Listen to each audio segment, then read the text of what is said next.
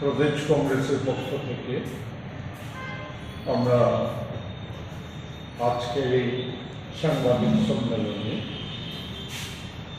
আমরা উপস্থিত সংবাদ মাধ্যমের সকলকে সহ রাজ্যবাসীকে অভিনন্দন জ্ঞাপন করছি।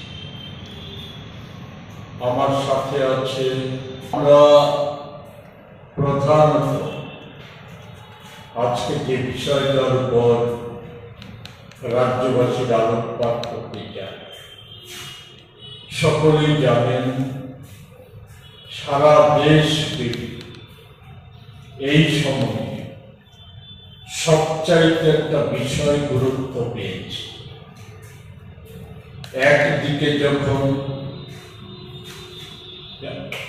আসন্ন নির্বাচনগুলিকে আবার যাতে প্রহসনে পরিণত করা যায়, সেই লক্ষ্যে নির্বাচন কমিশনকে দিয়ে এসআইআর চালু করা হয়েছে, যা বিহারকে কেন্দ্র করে শুরু হয়েছিল।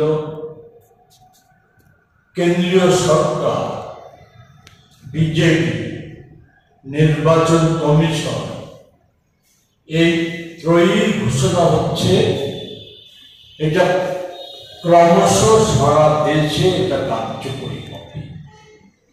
এর উদ্দেশ্য নাকি নির্ভুল ভোটার তালিকা প্রণয়ন করা, যার ভিত্তিতে আগামী নির্বাচনগুলো অনুষ্ঠিত হবে।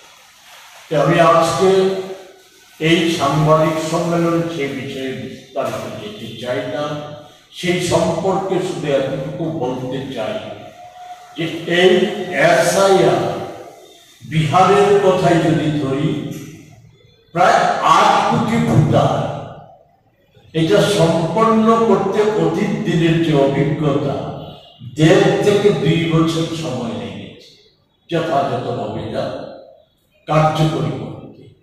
এটা কারোর মাথায় ঢুকছে না যে 1 মাসের মধ্যে এটা কি করে কার্যকরী করবে। প্রাথমিকভাবে যে তথ্য বেরিয়ে এসেছে, 65 লক্ষ ভোটার যে প্রাথমিক তালিকা তার থেকে নাকি বাদ পড়েছে। এক্ষেত্রে ডিজিটাল ভোটার লিস্ট দেওয়ার দাবি কংগ্রেসের পক্ষ থেকে, জাতীয় কংগ্রেসের পক্ষ থেকে করা হয়েছিল। এই সমস্ত কিছু উপেক্ষা করা হচ্ছে। এই সময়ে এসআইআর নিয়ে